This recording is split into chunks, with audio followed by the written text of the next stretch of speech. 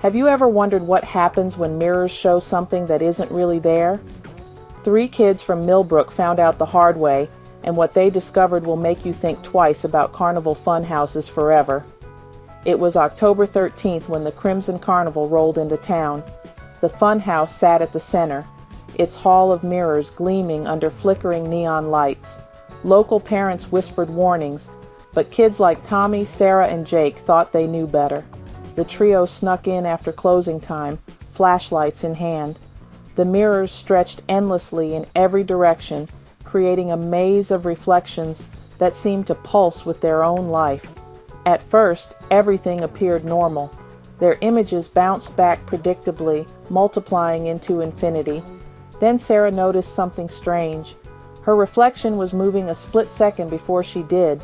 Tommy laughed it off until he saw his own mirror image wink at him while he stood perfectly still.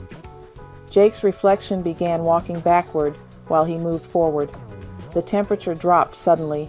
Their breath formed clouds in the now freezing air. The mirrors began showing reflections that didn't match reality at all. Sarah's reflection wore a dress she'd never owned. Tommy's showed him with scars across his face. Jake's reflection appeared to be screaming, though he stood silent. That's when they tried to leave. But every exit they remembered had vanished. The mirrors had rearranged themselves, creating new pathways that led deeper into the funhouse. Their reflections began gesturing frantically, pointing toward passages the kids couldn't see. Hours passed. The flashlight batteries died one by one. In the darkness, they could hear whispers coming from within the glass itself. The voices belonged to children, calling their names, begging them to step closer to the mirrors.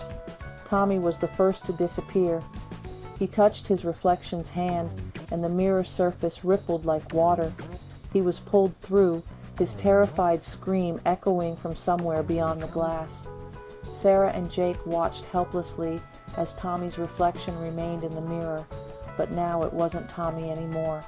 Something else was wearing his face. Jake tried breaking the mirrors with his shoe, but they wouldn't crack.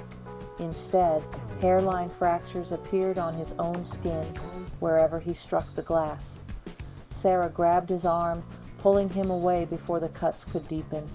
They found a small crack between two mirrors and squeezed through, tumbling out into the carnival grounds just as dawn broke. But when they looked back, the hall of mirrors was gone. In its place stood an empty lot with nothing but 3 mirrors lying in the grass. The police found no trace of Tommy. The carnival had vanished overnight, leaving no forwarding address. But Sarah and Jake still see him sometimes, trapped behind reflective surfaces, warning others to stay away. The mirrors in that empty lot remain there today, and locals say on certain nights you can still hear children laughing from within the glass.